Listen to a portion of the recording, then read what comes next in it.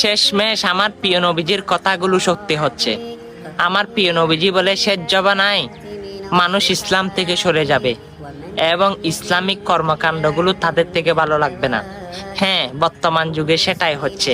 যেমন আপনারা Islamic video দেখেন, কিন্তু সেগুলো মানুষের কাছে শেয়ার করতে বললে আপনারা দান্দা বলেন।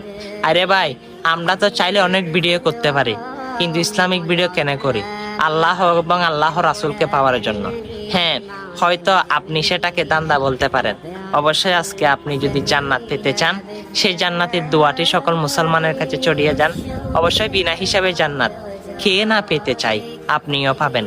আল্লাহুম্মা ইন্নী আসআলুকা জান্নাতা বিগয়রি হিসাব। হ্যাঁ, অবশ্যই অনেক ভিডিও শেয়ার করেন।